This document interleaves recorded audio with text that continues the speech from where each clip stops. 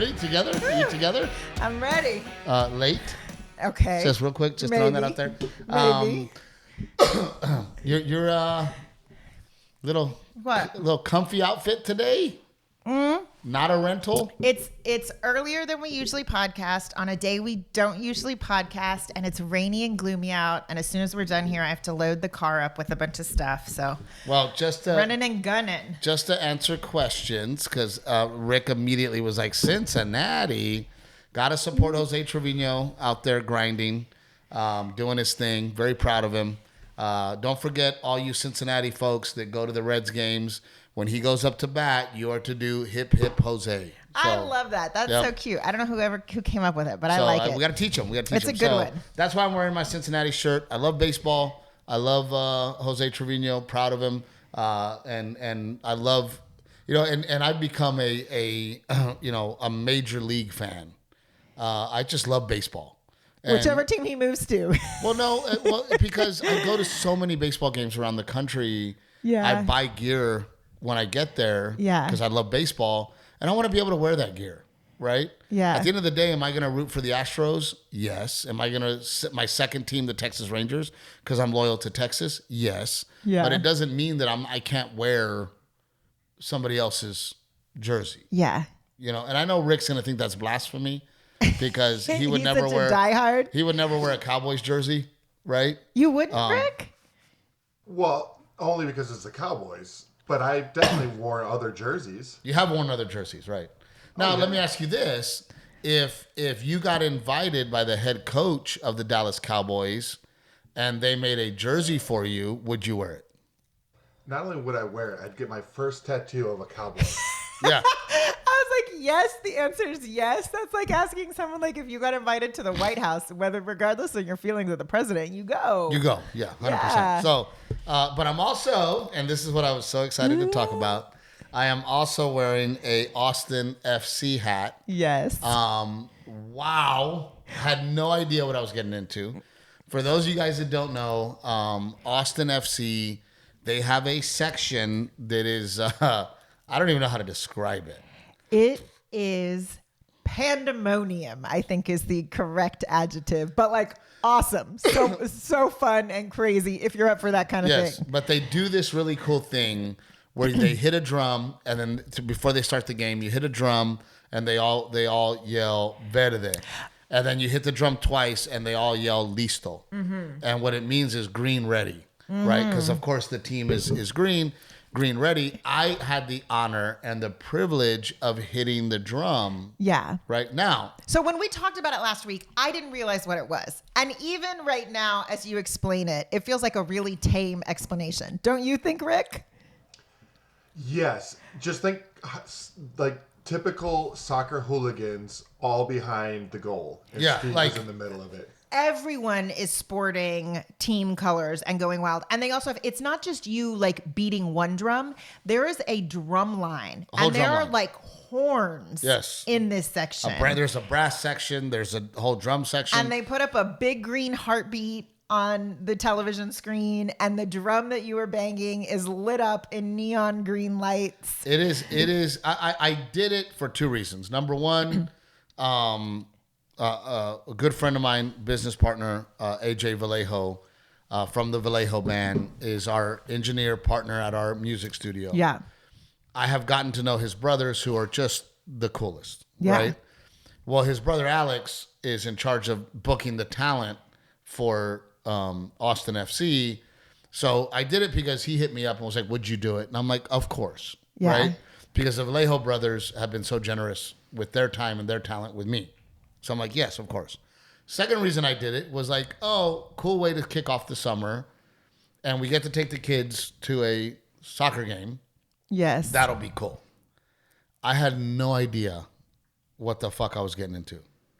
Like, I had no idea the amount of fun I was going to have, the positive energy that is in the stadium and around the stadium. Uh-huh. Like, yeah. I will tell you right now, take your family. Yeah. To go see an Austin FC game. I was so glad when we brought it up last episode that Rick was like, oh yeah, it's a lot of fun. Like, even if Delilah's not into it, there's stuff to walk around. Oh my God. Rick, was Delilah in to the crazy wacky section? Oh my God, Delilah was dancing. I have pictures of her going, wow! She was just, like screaming. She was like cranked up, eating cotton candy, like, let's do this shit. When you're banging the drum, she was like, verde, listo. Oh, she was into it. She was so into it. The hooligan set, let's call it the hooligan section. The hooligan section, they literally do not let you sit down. They bolt the seats up. And they go, this is your section, that's your seat, but you have nowhere to sit. Yeah, so Alex told me those seats are locked closed. You cannot open them. And then he said people who buy there have to like click off the box when they buy their tickets. They are signing a waiver that says we will stand the entire time. The entire game, they are singing songs. They're throwing water on each other. Water and beer. So that was the other thing is they have...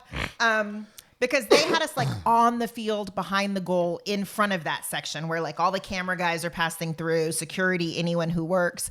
And in that section, they had coolers, Yeti coolers, just full of water and a stack of plastic cups. And they filled them all up with water. They passed them all out to us down there so that we could throw water too. So here's my question to you, Rick. We had to leave. It was going to be a late night for our 4-year-old. So we were like, okay, let's beat the crowd. We'll leave a few minutes before it ends. That way we can get out of here. And total dad move. I was going to say, you're never up for the rush of people. That's always your move, no matter where we are.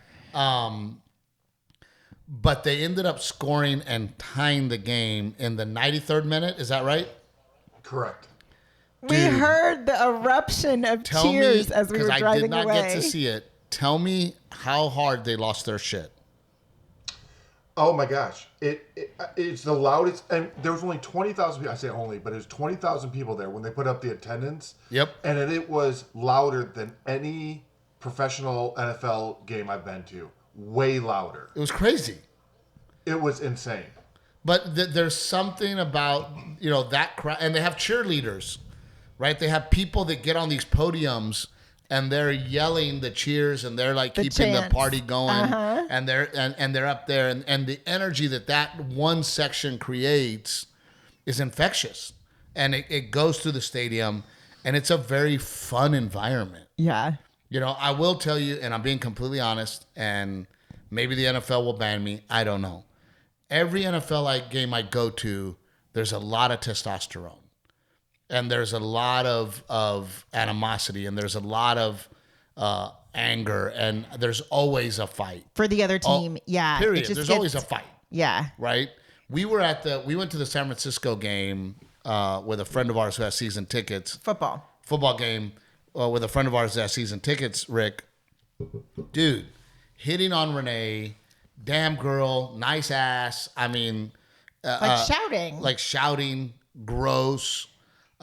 We went into not just me. That was the vibe and the culture, there. We walk into now here's what's crazy. I walk into the restroom.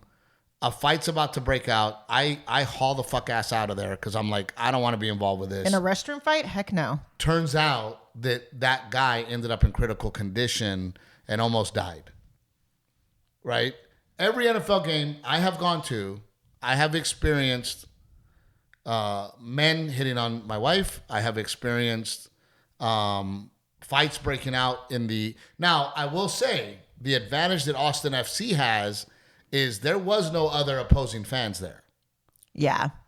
Right? So it was all Austin FC fans. So I'm sure that helps with the tension. Yeah. Right? Yeah, for sure. So that they're not yelling at somebody else that's rooting for another team. There weren't a bunch of people dressed in Salt Lake gear because that's who they played. However, the vibe, that's one of the reasons I love baseball so much. Yeah. As a family, I go to MLB and it is very, very family friendly. Not a lot of aggression, even though Dodger Stadium tends to lead to They've that. They've got a reputation over there too. Yeah. Right? Yeah. But MLB is just more chill, more family friendly. Well, Alex said we try and keep it family friendly. And Austin, I saw a ton of families. Yeah, Austin MC was all families. In front of us families, sitting next to us families, behind us families. Very positive. Yeah. Very positive. Very little fun. Kids, because it rained. So It still started on time, but we were kind of held under. There was a rain delay because a storm literally started rolling in, a big storm, a downpour before the game started. So the little boys had their shirts off and they were like shaking them like this at the top of the game on the Jumbotron. It was really cute. And then Rick and his boys ended up on the Jumbotron. That was awesome. I laughed because, our section where Rick and we were all sitting was literally on the other side of the field. So I didn't get to see Rick. I didn't get to see you in the beginning, because I had to go down on the field and do my thing. But then I come back, and it was so funny to me. It was like kids at a carnival with a bunch of stuffed animals. Like I roll up, and the boys have their hats, and they have their shirts. Yeah. And Rick's like, well, $400 later. Thanks for the tickets, Steve. Yeah, thanks for the $50 tickets I spent. But it was something really cool about it because, dude, your boys were so happy, Rick. Like they were so appreciative and so sweet and so kind, and they literally had a permanent smile. Yeah. Like they thought, and Garrett did too, and his little buddy did too, and Delilah was dancing and partying, and we were like having a good time. Yeah. I mean, it was awesome. But wouldn't you agree, Rick, that when you go to an NFL game, there's just that tension? Yes, there is. Yeah, and partly because, like you said, there's so many other fans. Like if I go to a Cowboys game, it's going to be against the Lions, and I'm going to at least be wearing a hat. I'm not a jerk or anything and yelling or screaming or anything like that. But you didn't see any Salt Lake hats, jerseys, or anything there. Not one. I didn't see one. I guess because people don't travel to see soccer. I guess. I mean, right. I don't think that people. Well, and then it was a Tuesday. Or a Wednesday or whatever it was, yeah. But still, I mean, it does help. However, I also think it's silly. Like one of the reasons, and just so happens I'm wearing a Cincinnati jersey or shirt. One of the reasons I love Ohio is because they're very proud of their state. Yeah. I don't hate them for that. I admire them for that. And what I'm saying is like, if you love the Dallas Cowboys and you love the Lions, I have the utmost respect for you. Right? Yeah. I mean, as long as you're not physically being gross or touching people, say whatever you want, right? Yeah. Cowboys suck. Okay, well, who cares? You believe that. Yeah. I'm not going to lose my mind, especially over a sports team.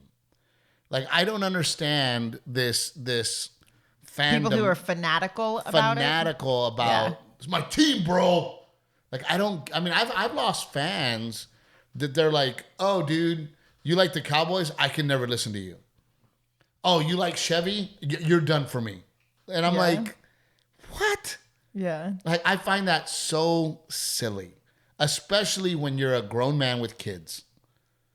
Like, I think regardless. Like, isn't there so much more that you should be a fanatic about? Yeah. Like being a family man, like taking care of your kids, like saving money, like college for your children, like a will. You know what I mean? Yeah. Aren't there other things that are more important in life than fighting somebody over a team? I don't know. I think sometimes it's a form of entertainment for people, right? I mean, I get it, but it is. I don't think Rick is a big Detroit Lions fan. Yeah. Right. And he likes the Dolphins because of his affiliation with Miami. Rick, I don't ever picture you getting in a fucking physical altercation because somebody doesn't like your team. Well, it's the Lions, so what are we going to do? Just talk about how many times we lose? I mean, but I'll say this though, like it bothered me when Stafford went to LA and he came back to Detroit and the fans were booing him. That guy has done so much for the city that it was like, it broke my heart. And when you talk to be received that way? Yeah. Like him and his family, when I say like they did a lot for them, I'm talking charity events and putting money back into the city. To get booed, it breaks my heart. Yeah, see, I don't get that either. I mean, and that's the sad part is like, we live in this world now where people say, don't bully. But all I see on Facebook is bullying. Yeah. Right? And here's an entire stadium basically bullying one dude. Yeah. He's a human. He's a person. God, yeah. Like to have to live your life in a town and know that, man, somebody hates me. These people hate me for what? Yeah. Yeah. I mean, we can turn off the comment section, right? But like he has to show up every week on that field and potentially have a stadium full of people. And we've had it in our situation. And for me, where people are like, damn, dude, your wife's so fucking hot. And I'm like, guy, you know. What is it with you and all the compliments of me lately? No, but you know what I mean? It's this episode? I don't have a problem with somebody saying, oh my God, your wife is beautiful. Right? Yeah. It's the, oh fuck, dude, she's so fucking hot. And you're like, whoa, dude, like, yeah, relax, guy. I'm a person. Those aren't slipping into my DMs, just so you know. They know better. They're afraid of you. But you know, Rick, I love the vibe at Austin FC, and I'll be honest with you, when I saw those colors, I was like, ugh. But I kind of liked it. When you see it in the stadium and everyone all decked out, it's awesome. It was awesome. I am on green here today to tell you, if you have not been to a MLS soccer game, and I hope that your town treats their soccer team and the same energy and the same vibe is in your city. But if you're in and around Austin, I highly recommend taking the family and going to one game. I mean, I would never describe us even as a soccer family. And I'm not even like a I love sports kind of person. I want to go back again. Like I want to do it again before the summer's over with the kids. It was so much fun. I do want to do it again. And not only that, I do not like watching soccer. But I enjoyed watching it live. I did too. Like, I mean, those guys are so talented and so fast. And so incredibly good at what they do. I mean, they're heading this ball hard, and you're like, holy shit, dude. The distance and the distance and the accuracy, and watching these guys play live, it was awesome. Yeah. Of course, Dwayne was so pissed. Dwayne hit me up. He's like, guy, you know, cousin Dwayne, his whole life is soccer. He coaches soccer. He's like, he doesn't wear anything but Adidas. Like, he is a soccer, like, he lives and breathes soccer. Maniac. Kind of like I do with baseball. And he was like, where's my invite? Where was my invite? But I just want to share with everybody here that, oh my gosh, what a great, fun experience. And the stadium is nice. The food is good. I had some killer chips and queso, way better than regular nachos. Yeah, it was. I mean, the food was great. The stadium was awesome. Getting in and out of there was, well, we ate. I got there early because I was like, I do not want to miss fight Austin traffic. Yeah, Austin. I don't want to fight Austin traffic. I want to make sure I'm there. So we ate dinner before, and it was cool because where we ate dinner was like walking distance to the stadium. And then all of a sudden, all these people started showing up in their outfits, and they're wearing their armadillos on their heads, so it was a real vibe, much like Wrigley Field. Like Wrigley Field is one of my favorite stadiums because everything around Wrigley Field is all part of it. Yeah, like you're in an environment. Yeah. Right? Where everybody there is eating, having a beer before the game. Everybody's wearing their Cubbies gear. And then everybody walks in the stadium together. And it just, you know, I felt that at when we went to the Yankees game.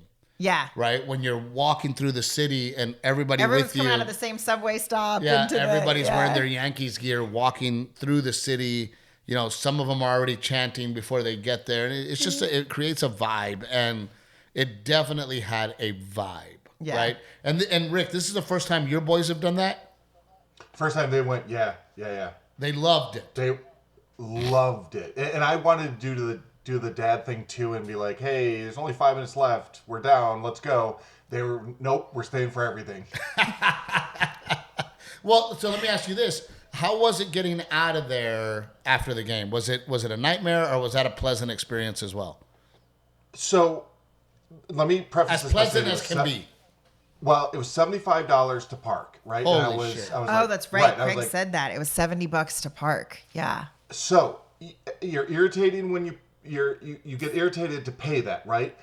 By the time we stepped foot out of the stadium to get to the street where we are no traffic, 7 minutes. So I would happily pay that again.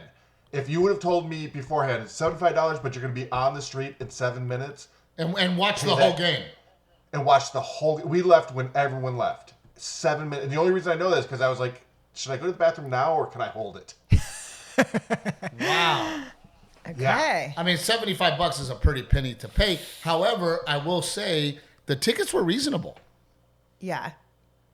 The tickets were not like crazy. Yeah. Right. Well, Steve, and I think if you're willing to sit in the fan section and stand the whole time, they're super affordable. That being said, with littles, we did it for a little less than half the game. And I did see there was a little boy like Delilah's age in the very front of that section with his dad. And he was loving it. Yeah, he was loving it. And I think Delilah could have stayed there the whole time too and loved it. Garrett, no. Garrett he gets like sensory overload with that kind of stuff. He had fun. And once we went to our seats, he was much more comfortable. Rick, I felt like such a dick because Craig White was sitting behind me, Kyle's brother, and he goes, dude, $75 to park? Where did you park? And I was like, I parked in the loading dock, dude. I don't know what you're talking about. I felt because we got to park literally, through security, loading dock, and then we got out of there, Rick. And that was also a really cool thing because we're pulling out of there and people are walking, and we literally heard the crowd explode, stadium erupt. And we go, oh my God, they scored. And then everybody walking to their cars turned around. They were dancing and screaming, and everybody kind of knew, oh man, we scored. Yeah. So it was still a cool experience to be like, fuck, we missed it. But it was also kind of cool that we were like rolling out and we heard that our team tied it up, which was really freaking cool. But I cannot say enough good things about the experience. And the reason I say this to everybody out there, it feels like a secret, like people don't know about it. That's what I'm saying. We wouldn't have done it had you not been asked to do the heartbeat, just because we didn't know it was like a thing. That's what I'm saying is I'm sharing something with you that is probably not on your radar to do this summer. Probably not something that you go, man, I'd really like to go do that. Yeah. Or you might go, it's freaking soccer, right? Like my attitude. And I'm telling you that it is worth, especially if you have a kid that plays soccer. Oh, for sure. Well, even Delilah. So I was making an effort because she's played soccer. We took a break. She doesn't like to be running in the heat, but she says she wants to go back and play it. So I was even having discussions with her about, look how far they kick the ball. Look how they pass it to their friends, like kind of trying to, reinforce the rules and stuff like that. And she was engaged. She was all about it. And then Garrett goes on the way there, he goes, yeah, I don't think I've ever been on a soccer field before, like a real one. And then Delilah goes, Bubba, you've been to my games. You've been on the field at my games. It was the cutest thing ever. And I just got to say, man, like everybody is so nice. Rick, we were actually walking through the tunnel, and in front of us was the main owner. And Alex goes, dude, that's the owner. He doesn't miss a game. He does not miss a game. Yeah. Which is really cool. And I think Matthew McConaughey is part owner of them as well. Is that right, Rick? That's correct, yes. Yeah. Oh, cool. Which, when you sit there and you go, if somebody would have come to me and said, hey, Steve, would you like to invest and be a part of a Major League Soccer team? I'd be like, that's probably a bad fucking idea. That's what I would have said. Yeah. I wouldn't have had no vision as to what it could be. Yeah. And from what I understand, Rick, and maybe you can do some research on, I don't know. From what I understand is that there's pockets. What do you mean? Pockets of what? There's some cities that really embrace their soccer teams and are like that. Mm-hmm. And some cities it's just not like that. Right? I know that Seattle, for example, is, I think, and I hope I don't hurt Austin's feelings, I think it's even bigger in Seattle, the fandemonium. And the way that they like march through the streets and for their soccer team. Yeah. Well, how long has Austin FC been around? I think it just needs to get some traction because and people out awesome. there, the stadium's beautiful. It was awesome. Well, and in Europe and other parts of the world, they treat their fandemonium for soccer, football, is like us with the NFL. Yeah. Right? Like they go nutso. I don't know. I'll be honest with you. I would not say, hey, let's make sure we take our kids to an NFL game. Like I have no, I mean, we went to the Cowboys game and we were lucky enough and blessed enough that our friends, the Heltons, put us in a suite with them. Right. So that made things nice. We also got our asses whipped so hard that all the. But even if we had lost, the experience of the Austin FC game was so fun. It still would have been great. But I also learned that you have to get excited when they almost score. Because like when they're like you think they might score, you got to get excited. Yeah. Because that's you got to take those opportunities because there's not a lot of scoring going on. Yeah. In soccer. Yeah. Right. But I cannot express to everybody enough. If you're in and around Austin FC, you should go. Give it, for sure. You should go, and I would love for San Antonio to get a team. I think San Antonio would really embrace it because a lot of for sure. A lot of what embraced Austin FC is the Latino culture. So a lot of those hooligans are Mexican. Yeah. Are Latino. Well, there's a lot of Spanglish in their chants. There's a lot of Spanish in their chants. Yeah. Right? I mean, verde, listo. I mean, that's Spanish, right? So I would assume San Antonio having a huge Hispanic population. I'm surprised they don't have anything in San Antonio. It would blow up there. Maybe they'll ask me to be an owner. Maybe they'll ask me to be an owner. I'm just throwing it out there. Maybe the guy that owns Bill Miller or somebody, or Bucky's owner, somebody, Yeah. Well, it will say, Steve Trevino, you should be a part of this. I'll be like, well, you know what? I will. That was cool too. They're sponsored by Yeti, so of course their jerseys have Yeti across them. But there was I don't know if you saw, there were Yeti. So when you buy a drink, your souvenir cup, if you want to upgrade to the souvenir cup, is a Yeti. Yep. And then Yeti had like what do you call them? What are the round things? The buckets, the Yeti buckets? No. They had water bottle filling stations that had Yeti all over them, but they looked like the round things. Oh my gosh, I can't think of the name right now. Silo. That's the word I'm looking for. They had silos that were Yeti silos. Yeah, Yeti silos that were water bottle filling stations that were really cool too. Okay, well, we've spent almost 30 minutes talking about Austin FC. Yes. But we had to share. It was such a cool experience. Yeah, I mean, Rick, we got to do it again with Gigi's got to come. Yes, I think Gigi would have enjoyed it. Yeah. Right? Oh yeah, for sure. It's funny because when I filmed you and I sent it to Gigi when you were doing the heart thing, she's like, "Oh, I didn't know Renae was going to be there," and I was like, "I didn't even see her in the photo," and there she was next to you. Yeah, well, she's always next to me, and that's how we live our lives. Renae is always there.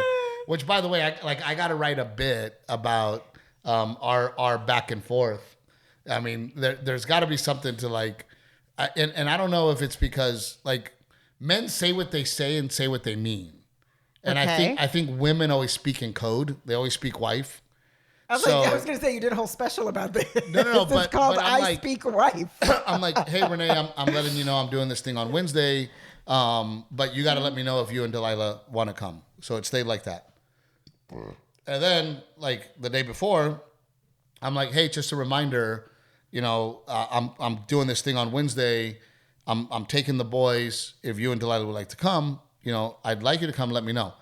Well, do you want me to come? I'm like, yeah, I want you to come. Well, we don't have to come. If you want to make it just a boys thing, we don't have to come. No, I want you to come. I just need you to let me know. Well, I don't understand why you're asking me if I'm coming or not. And I'm like, I knew you had already invited people, and because Timmy and I talk back and forth about the email and the directions and instructions and all of that, I knew you only had so many tickets, and so I had a feeling Delilah and I were not included in your ticket count. No, you always see what I mean. It's cryptic, no, because you had Rick. even said I'm going to take me and Garrett. For sure. Is what for you sure said. Me and Garrett are going. The reason I said that is because... You did not say, I'm going to take me and Garrett, and you and Delilah should come. I did say that. No, you did not. I did say that. However, I also happen to know that Renae's not interested in sports. I also happen to know that we have a 4-year-old and that it's not easy. I also happen to know, because I'm doing the heartbeat, that I cannot be there to help with Delilah. So I knew that would be hard. So that's why I said, for sure, number one, I have to be there. I've made a commitment. For sure, I know Garrett will enjoy it. He likes sports. Yeah. I'm just saying, if you would like to go, I always want to be with you. I always want to be with my family. I always want to be with my kids. So I was just saying, like, if you want to go, please let me know because I want you to go. But if you don't want to go, I'm also okay with that because of all the reasons I just mentioned. Yeah. But it turned into a thing, Rick, where I'm like, no, I want you to go. Are you sure you want me to go? No, I didn't say that. I asked Delilah. It doesn't sound like you want me to go. And I'm like... I said, Delilah, because this is half the battle. I said, Delilah, do you want to go to the soccer game? And she said, yes. So then I was like, okay, we're going. Oh, dude, Delilah wants to be wherever the action is. She doesn't care what it is. She wants to be in the mix. Yeah. Right? So, but my point is I got to write a bit about like, no, I want you to come. Are you sure you want me to come? It sounds like you don't want me to come. Like, no, I want you to come. Like, I really want you to come. Well, I mean, do I have to let you know now? Yes, because I'm making plans. And I'm like, oh my God, dude, why does everything have to be a fucking thing? Everything's a thing. But there's a bit in there somewhere, right? Write it in a joke, Steve Trevino. Make it funny. Do you go through that, Rick, where you're like, no, I mean what I say. Like, I do want you to go. I think so. I mean, I'd have to really analyze that, but see, you get to immortalize it on a comedy special. I just have to be bummed out and go to bed. Yeah, you just have to go, well, fuck. I guess I'm just gonna have this petty fight. There doesn't have to be a fight. It could have just been, oh, great, yeah, no, let me let you know, or yeah, Delilah and I want to go. Okay, awesome, let's go. What about follow-ups to the joke? Like, I was just thinking, you did that joke about how I hit your truck, and I hated to have to hear it over and over again. And then a couple months ago, I walk out in the driveway, and the exact same truck that I know you had body work done on to get all the dents out of has a massive dent in the tail bed. Yeah, on the tailgate. Yeah. You're totally downplaying it like nothing. Not my fault. I did not hit the truck again, by the way. But I'll call out Donnie Sosa right now. Batman. Oh, now you're going to blame it on someone else? Yeah, Donnie Sosa did it with a trailer. Yep. Donnie, if you're listening. I don't know. But that's what I thought you told me it was you. That's the funny part about like, Rick, my car... I literally take it to my friend and anybody in the New Braunfels, San Marcos area. He is the absolute best. It's called Express Paintless Dent Removal. Repair. And he's a good friend of mine. Every year I take my vehicle in and he takes out every single dent. So when you have a truck like mine that is always pristine, when there's one dent, everybody. Oh no, Kyle, it's a decent sized dent. Kyle, it's not little. It's a decent sized dent. Everybody's been like, bro, you got a dent? You have a dent? I'm like, yes, I have a dent. Yes, I'm working on it. I'm gonna get it fixed. I feel like I need to like put a little something like a sticker, a bumper sticker on the back that says my wife did not do this. But Rick, did I send you to my friend? Did he help you? I think. Yes. He's amazing. When I had the amazing, like it's shocking, like, and he walks you through the whole process because I had a bunch of hail damage, which now if anyone has hail damage, he was amazing and calls all the time like, hey, it's gonna be ready this time, and do you want this and that? Oh, it's unbelievable. Well, and not only that, he also advises you on how to deal with your insurance. Yes. And what I really like about him is he knows what he can do and what he can't do with the insurance. Mm-hmm. So he will fight for you to get like original parts or new parts. Yeah. Because a lot of times they'll go, oh, you got to replace that hood. We'll give you a budget to get a secondhand hood. Yeah. Or a junkyard hood. And he's like, no, fuck you. I want a new hood from the factory. Like, so he's just amazing. And when you get your car back, you're like, holy shit. It's perfect. It's perfect. So give my friend Mike a call if you have hail damage, or if you're like me, where you just want, and what he does is he does a thing called late model restoration.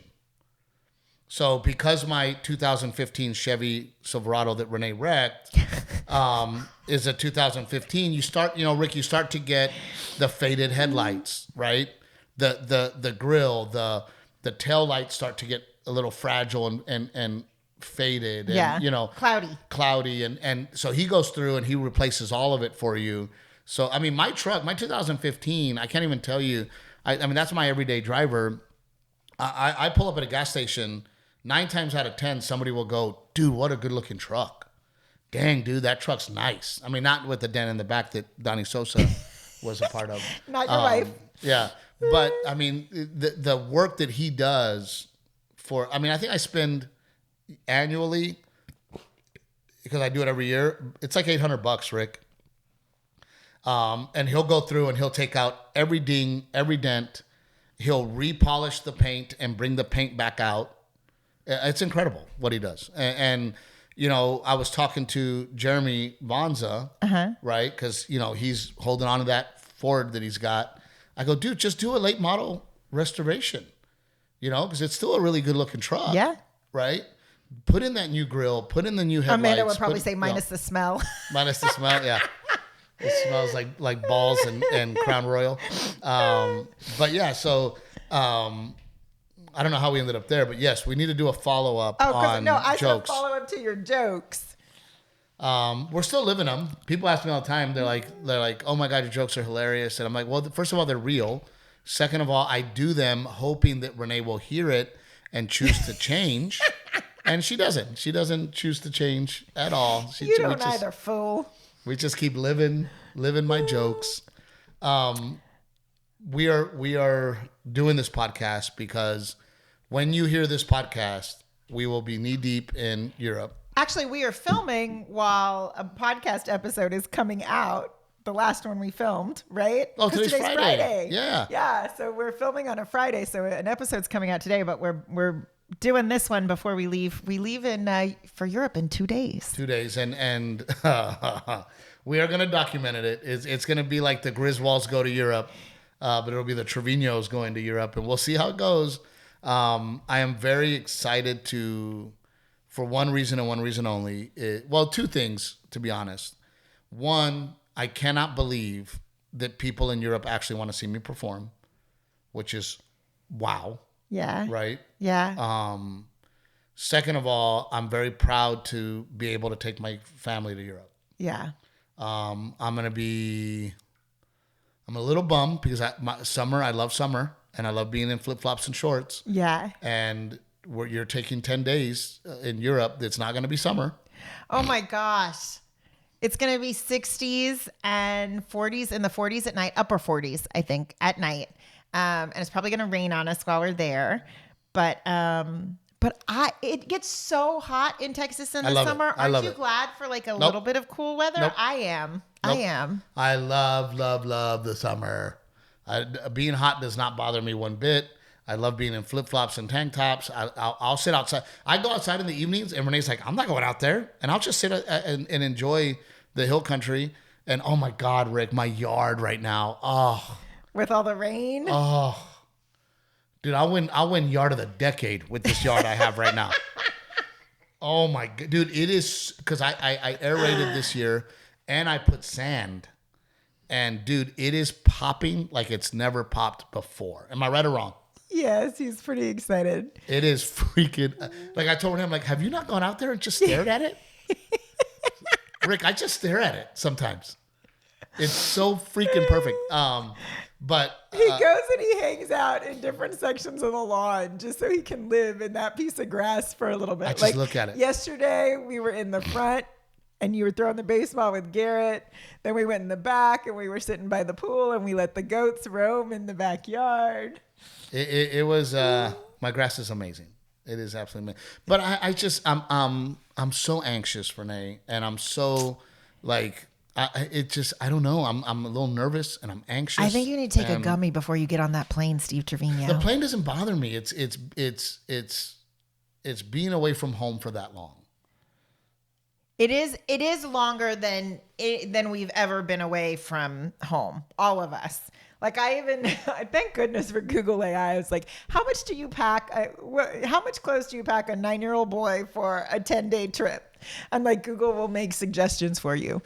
3 to 5 pairs of pants, 5 pairs of underwear. I don't know where we're going to wash.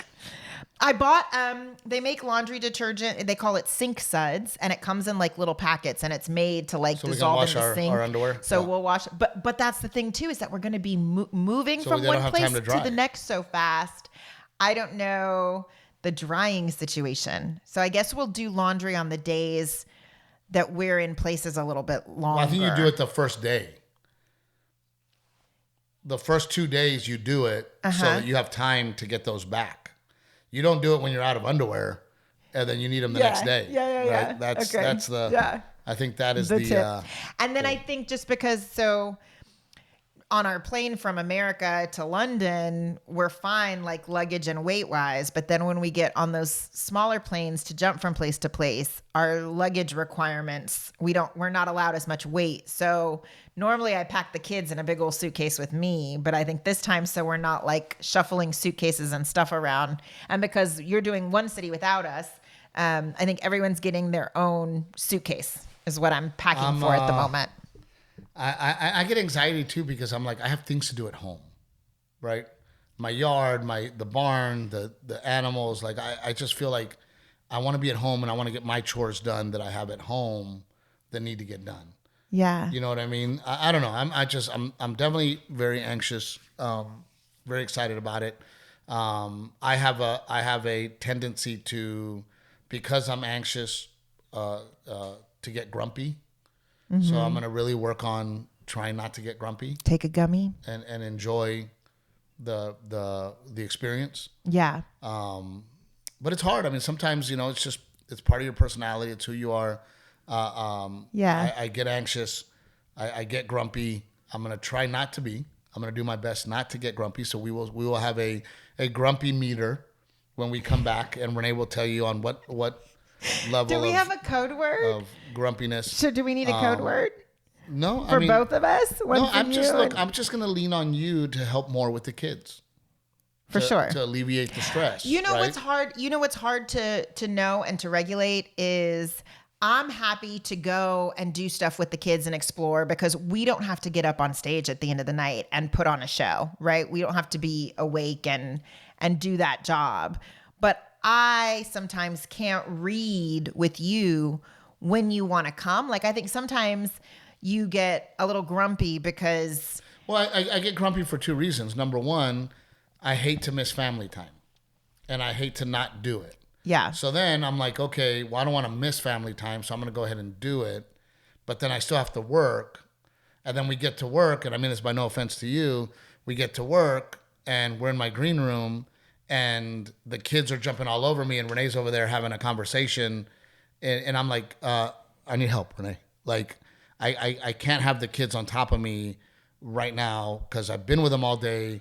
I've done family time. We're now at the show. And you don't want to tell them, hey, guys, sit, or hey, guys, stop Get doing off of that. me. You want me to swoop in and take care of it. Because Renee's over there. Dude, she's having a great time. Renee's over there chatting it up, having a margarita, and I've got both kids literally sitting on my lap, and I've got a show to do in 20 minutes, and I'm like, hey, a little help. And then Renee's like, what? And I'm like, fucking help me. Like, no, it's the confined spaces that are hard. So then maybe we agree that like the kids don't come to the show. Some shows. I mean, I want them to see. But that's what I mean is I don't. So maybe it's helpful if you communicate your expectations. I just did. And say, well, no, I know in regards to show and showtime, Thank but you, just Rick.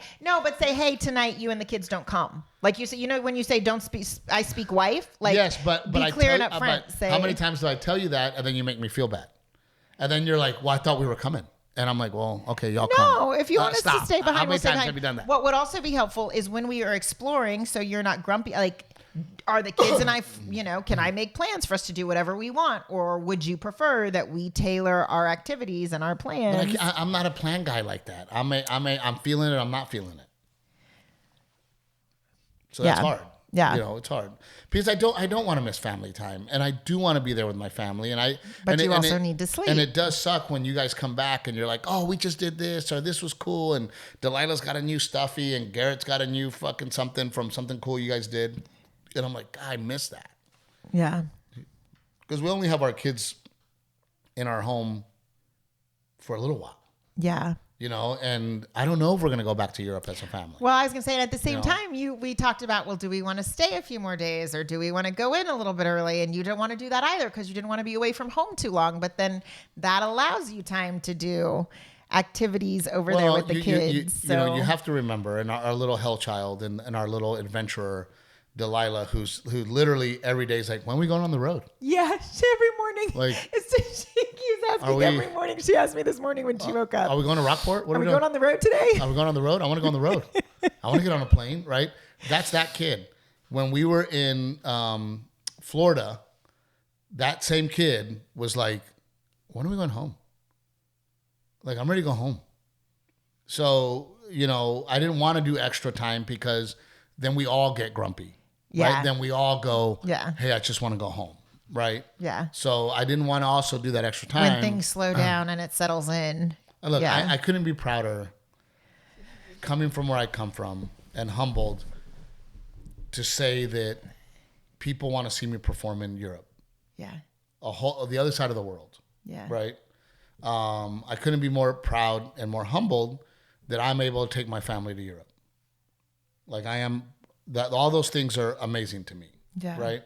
I also want to experience Europe. Right. I want to experience the people.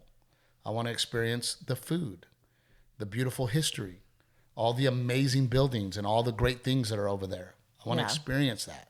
I want to see it. I want to get another view of the world. Yeah. Right.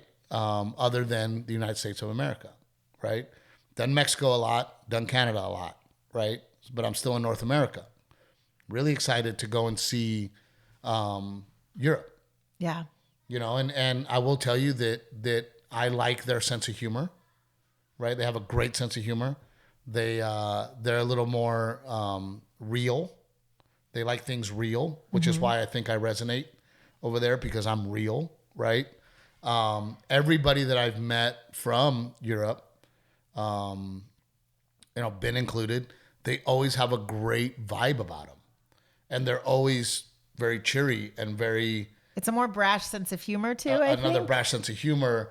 They love to laugh. They love to have a good time. Yeah. They're all about having a drink, So I'm really excited to hang out with them as well. And I would like to sneak off with Eddie, because Joe's going to meet us for a night to go to a pub and see what an English pub is about, or an Amsterdam pub, or a Norway pub, or So I'm really looking forward to the experience.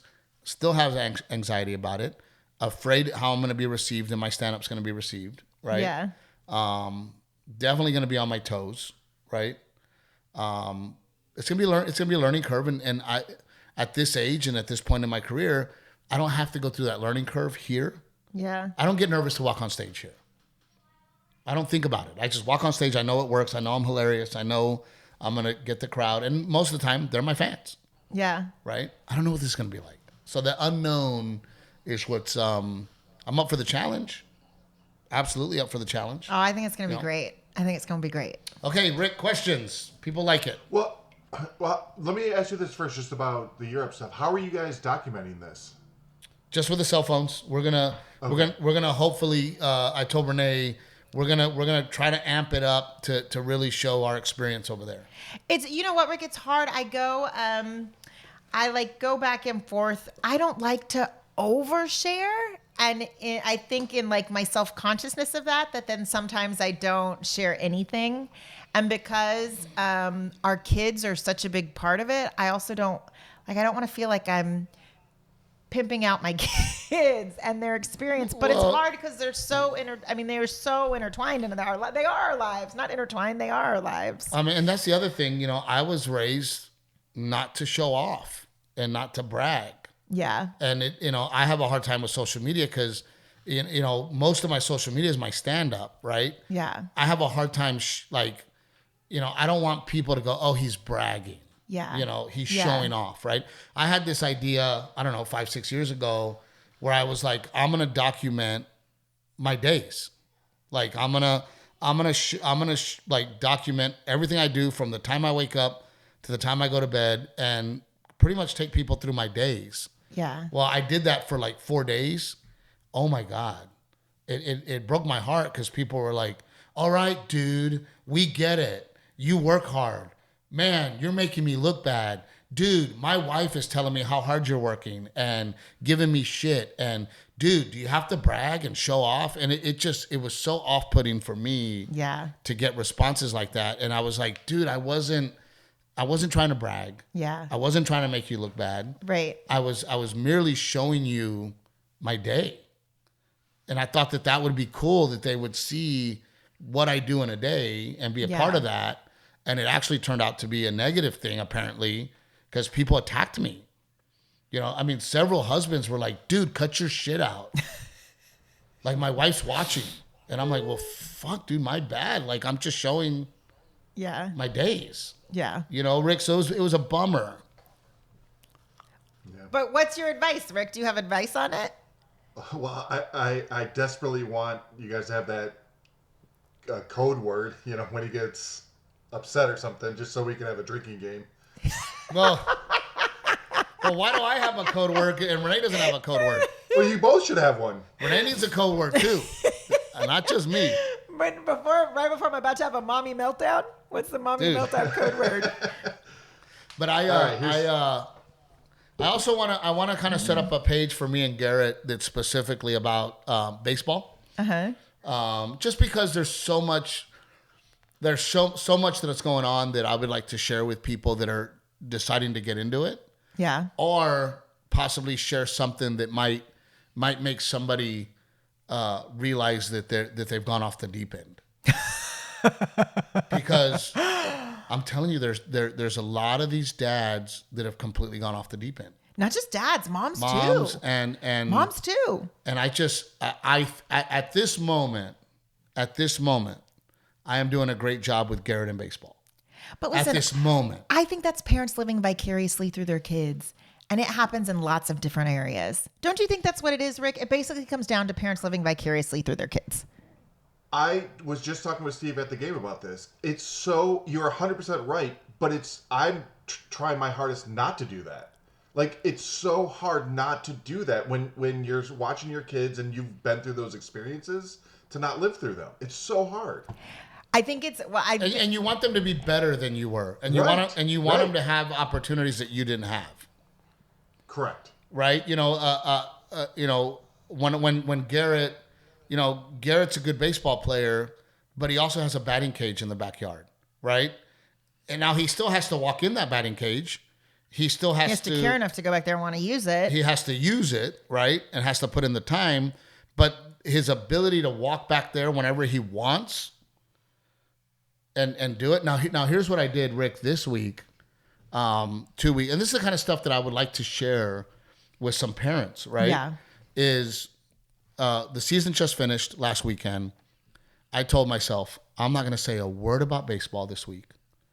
And then we're going to have this week, and then we're going to have all of Europe, and I'm not going to say a word about baseball. I'm not going to bring up baseball. I'm not going to ask Garrett if he wants to train. I'm not going to say a fucking word. Yesterday, he comes up to me and he goes, so I'm not going to DST? And I go, what do you mean? He's like, well, when am I going to DST? He goes, I was supposed to go on Monday, but it was Memorial Day. When am I going? And I go, buddy, we're not going this week. And he was like, what? And I'm going to miss next week too because of Europe? And I'm like, yeah. He's like, when am I going to train? And I go, buddy, it's up to you, man. He's like, can we throw the ball today? And I go, you want to throw the ball? I go, I always told you, if you want to play, I want to play. I've always told you that. So he goes, yeah, I want to train. He goes, and I need to work on my throws from shortstop to first. So can we work on my throws? I'm like, yeah. But I didn't mention it once. Yeah. I made him miss it. I made him ask himself, well, I haven't played baseball this week. And then he goes, can we take our gloves on vacation? And I said, probably not, buddy. I said, it's going to be a very, very busy deal. And it's probably, there's no sense in taking them. And he was like, so 10 days, no training. And I was like, yeah. He's like, well, when we get back, can we do extra work? And I go, yes, But it was all him, Rick. You know what I mean? Yeah, and there is a thing about missing it, learning to miss it so that you find that love again. Yeah, that they have the feeling of missing it, right? Yeah. That they have the feeling of, oh, I do enjoy this. And I think as a dad, if you're forcing them to play and put in that time every single day, then it turns into a job and a schedule. And then all of a sudden they go, you know what? I don't fucking like this. 70% of baseball kids quit by 13. Their answer on the survey is always, it wasn't fun anymore. That's sad. You know, and when I see these dads, and what I would tell dads and moms is, don't start pushing them to be uber competitive in any sport at an early age. Let it grow into them, into junior high, high school, then let it become competitive. Yeah. But what's happening in this especially travel baseball is we have these parents that want their kids on these nationally ranked teams. And what they're doing is they're going out and they're refiguring, and well, I found another kid that's 10% better than this kid, so I'm going to put that kid on the team and fuck that kid and that family. Right? So now you have these families and these kids on a team and none of them feel secure. It's so competitive to stay on that team that the parents, there's no loyalty to the parents. They can be asked to leave at any moment. Yeah. There's no loyalty to their kid. So all of a sudden it's, well, I better get more training and I better take this more serious and I better do this and I better do that because I don't want to be replaced on the team. Yeah. Then that creates a very gross environment. Yeah. Right? And unfortunately, starts with an M, ends with an I here in New Braunfels, they breed that nonstop competitiveness, and I got to get training, and I got to be at every tryout, and I got to play summer ball, and I got to play fall ball because I don't want to miss the opportunity that my kid's not going to make the team. And they create this, they create this really gross environment that it's not conducive to kids being successful later on. Nobody's asked, no college recruiter is going to go to my son and go, hey dude, how many rings did you win at your 9U baseball tournaments? Right? Yeah. Hey, what was your team ranked when you were 9? Yeah. They don't give a shit. Yeah. They don't care. Yeah. So you're burning out your kid for what? Yeah. For what? Because you want to win? Because you're keeping up with the Joneses? And it's so gross that they're all screwing each other over there at starts with an M, ends with an I, but they keep coming back because they think that it's worth the better team. Right? Meanwhile, I'm over here, happy as can be, and we're just playing ball. And we're growing. And the kids are loving each other. And the kids have become a team and friends. I was going to say they're learning also what it means to be like a teammate. Yeah. And they're playing together, getting better together. Encouraging each other. Encouraging each other. Yeah. I mean, and Garrett's having a great time doing it. Yeah.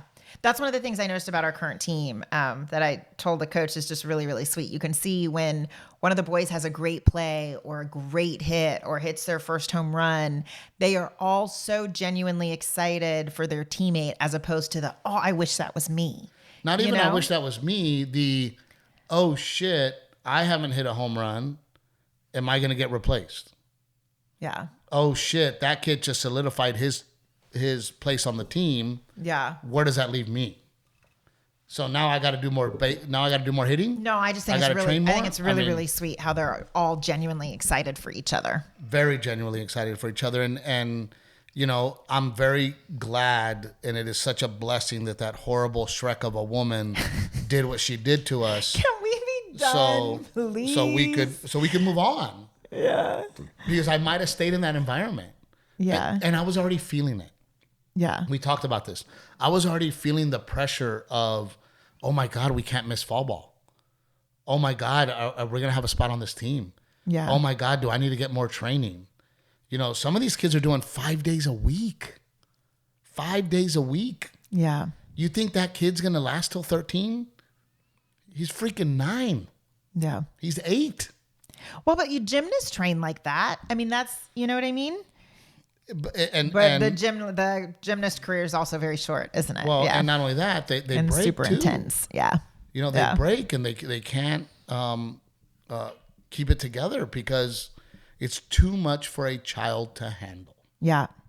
You know, so I'm thinking about doing just kind of a baseball, like 2-minute clip or something, you know, where I can talk about some of the philosophies. A friend of mine sent me a podcast recently, and one of the things he said, you know what, and I should shout him out because it's a really great sports podcast. Hold on, I'll let me pull it up here. We got to go too. I know. But while you're doing that, Rick, there's an app that helps you like sort of plan about jet lag that someone told me about, and it's so cool. It tells you like, okay, now to help you avoid jet lag, go and like get bright light, and if you want, have a little caffeine. And so now, babe, in the next 30 minutes, we are supposed to avoid caffeine for the next 9 hours. Shit. Just so you know, no Cokes. So the podcast, let me pull it up here. I really enjoyed it. Great conversation. Maybe I can be on it. Maybe they'll have me on it. Vamos a ver. We're gonna see. It is called. What is it called? Why can't I? Oh, here we go. Oh, there we go. Matt Hannaford has a podcast, and this one is he coached his son to the MLB draft, Craig Hallman, on what really matters, and it was just such a great deal. And one of the things he said that I'm going to share, and please watch it, is he goes at the end of the day, does it really matter if your kid goes D1? Does it really matter if your kid plays pro? He goes, what matters is the time you spent playing ball with your kid. Yeah. The time you spent at the tournaments, hanging out with them, driving them to the tournaments, being with them as a father. Yeah. He's like, that's what they're really going to remember. They're going to remember the times at the hotel, jumping in the swimming pool with their buddies. They're not going to remember that weekend whether they lost or won that tournament specifically. Yeah. Right.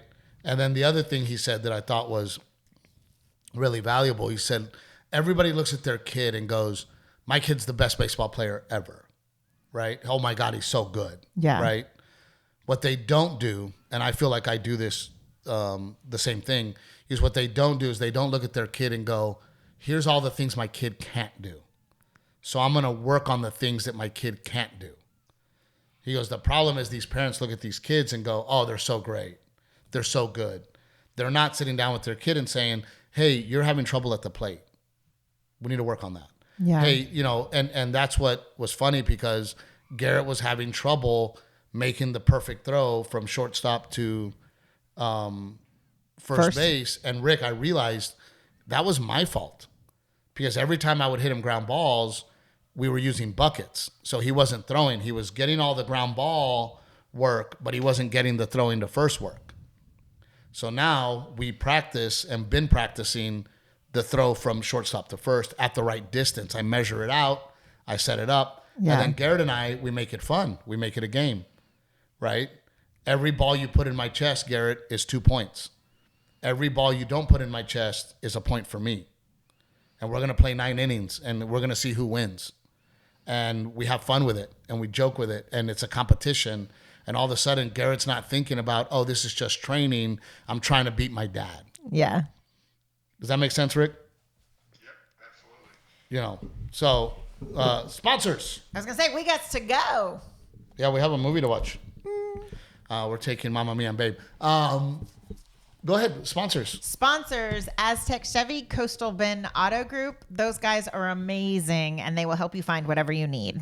Not only are they the sweetest, the way that they follow up and the way that they will match any price in the state of Texas. Any price. And then also Old Salt Coffee, Trevino 10. I'm not allowed to have any of that, apparently, for the next 9 hours. Yeah. See how I tagged that back in? And then, of course, pick Cherries. Download the app. It is amazing for podcasting, for grabbing a clip, for finding those podcasts that you might like or might not like. And then Raul Western Wear, a lot of really cool things coming with Raul. A lot of really, really cool things are coming with Raul. Can't wait to tell you guys about them. And then, of course, Miss Dora. We haven't talked about Miss Dora as a sponsor. Miss Dora is a sponsor, the original sponsor. Did I miss anybody? I think we got him.